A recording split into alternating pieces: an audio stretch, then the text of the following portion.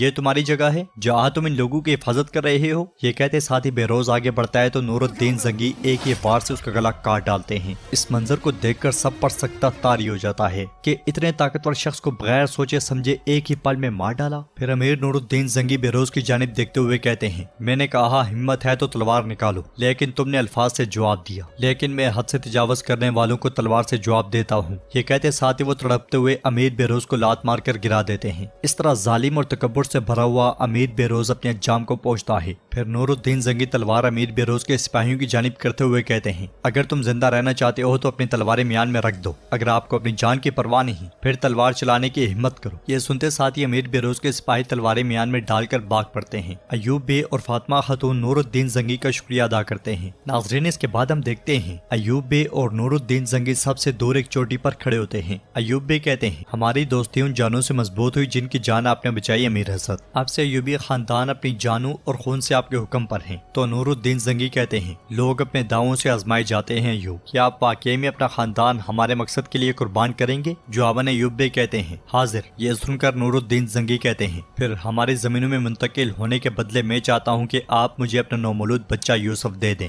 یہ سنتے ساتھ ہی ایوب بے کو ایک زوردار جھٹکا لگتا ہے اور وہ کہتے ہیں، یہ کیسے ہو سکتا ہے؟ آپ ایسا کیوں چاہتے ہیں؟ جواباً نور الدین زنگی کہتے ہیں، کچھ اور بہت سے دوسرے مسلم سرزمینیں صلیبیوں کے حملوں کی زد میں ہیں، سلجوکیوں کا مستقبل خطرے میں ہے، ہمیں ایک ایسی ریاست کی ضرورت ہے جو تمام مسلمانوں کو اکٹھا کرے۔ تقدیر نے یہ ذمہ داری ہمارے کندھوں پر ڈال دی، ریاست کی بنیاد کے لیے اور مقصد کے مستقبل کے لیے مجھے ایک وارث چاہیے ایوب۔ تو ایوب بے پوچھتے ہیں، زنگی کی زمینوں میں آپ کو بہت سے بچے مل سکتے ہیں، پھر میرا بیٹا ہی کیوں؟ جواباً نور الدین زنگی کہتے ہیں، ایوب یہ ایک بہت بڑا راز ہوگا، صرف تم جیسا شخص جس پر میں بھروسہ کرتا ہوں اس راز کو راز رکھ سکتا ہے۔ یہ سن کر ایوب بے کہتے ہیں، میں یہ فیصلہ اکیلے نہیں کر سکتا، مجھے اپنی خاتون فاطمہ سے بھی پوچھنا ہوگا۔ تو نور الدین زنگی کہتے ہیں، میں نے اپنی خاتون اور بیٹے کی موت کی خبر دیر سے دی تاکہ سب جان سکیں، لیکن میرے پاس زیادہ وقت نہیں ہے۔ ناظرین، اس کے ساتھ ہی سین پلٹتا ہے اور ہم ایوب بے کو ان کی بیگم کے سامنے دیکھتے ہیں۔ فاطمہ خاتون کہتی ہیں، نور الدین زنگی نے ہمیں دشمنوں سے بچایا، لیکن اب وہ اپنے ہاتھوں سے ہم سے ایک حصہ چھیننا چاہتے ہیں، میں اپنے بیٹے سے دور کیسے ہو سکتی ہوں؟ تو ایوب بے کہتے ہیں، امیر نور الدین ایک باپ ہے جس نے حال ہی میں ایک بیٹا کھو دیا ہے، وہ ہمیں تکلیف دینے کا ارادہ نہیں رکھتے۔ اس پر فاطمہ خاتون کہتی ہیں، لیکن وہ ہمیں تکلیف دیں گے۔ ایک شخص جس نے اپنا بچہ کھو دیا وہ یقیناً جانتا ہے کہ ہم کیسا محسوس کریں گے، وہ یقیناً جانتے ہیں کہ یہ ہمارے لیے کتنا مشکل ہو سکتا ہے۔ تو ایوب بے کہتے ہیں، اس بات سے میں بھی بہت پریشان ہوں، لیکن کچھ چیزیں ہیں جو ہم کرنے کے پابند ہیں۔ امیر نور الدین زنگی جو ریاست بنانے جا رہے ہیں وہ امت محمد کے لیے امید ثابت ہوگی، یوسف اس کے لیے مستقبل میں کردار ادا کر سکتا ہے۔ تمہیں خواب آیا کہ یوسف خوشخبری لائے گا، شاید یہی بات ہے۔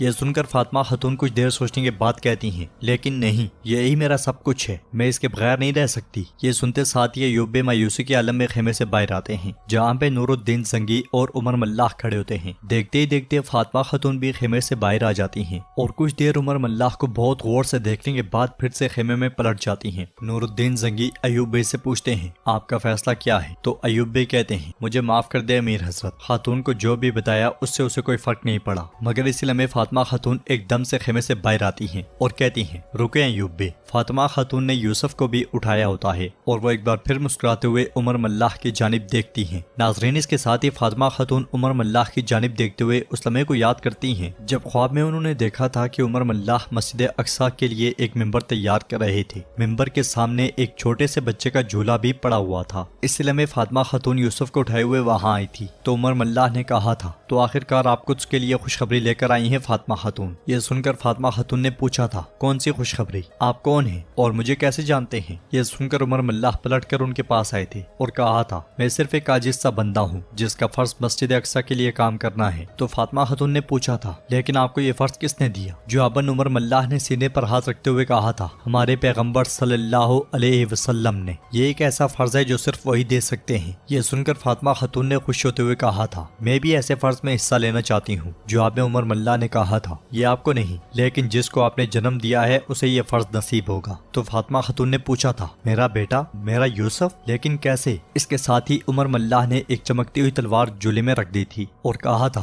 ہم اندر سے صاف کریں گے اور وقت آنے پر قدس کو اور مسجد اقصی کی دیواروں کو آپ کا بیٹا صاف کرے گا اور ہم اس کے خدمت گزار بنیں گے۔ یہ کہتے ساتھ ہی انہوں نے فاطمہ خاتون سے یوسف کو اٹھا لیا تھا۔ تو فاطمہ خاتون نے پوچھا تھا، اور میں کیا کروں گی؟ جواباً عمر ملاح اللہ نے کہا تھا آپ نے اس کا نام یوسف رکھا تاکہ حضرت یوسف علیہ السلام کی طرح مصر کا سلطان بن سکے، اس تلوار کے مالک حضرت عمر کی طرح قدس کا فاتح ہو سکے، آپ کو یہ تسلیم کرنا ہوگا۔ تو فاطمہ خاتون نے پوچھا تھا وہ کس کا مقدر ہے؟ جواباً عمر ملا نے کہا تھا وقت آنے پر دیکھیں گے۔ یہ کہتے ساتھ ہی انہوں نے یوسف کو جھولے میں رکھ دیا تھا اور پھر ایک گلاب کا پھول اٹھا کر اس کے اوپر رکھ دیا تھا اور مزید کہا تھا آپ کو یوسف کی قربانی دینی ہوگی، یوسف حق کی امانت ہے، حق اس امانت کو اس کے مقدر تک پہنچائے گا، آپ آرام سے رہ سکتی ہیں، جب وقت آئے گا تو آپ اس کے سائے میں مسجد اقصی میں داخل ہوں گی۔ تو ناظرین اس کے ساتھ ہی ایپیسوڈ نمبر 2 اختتام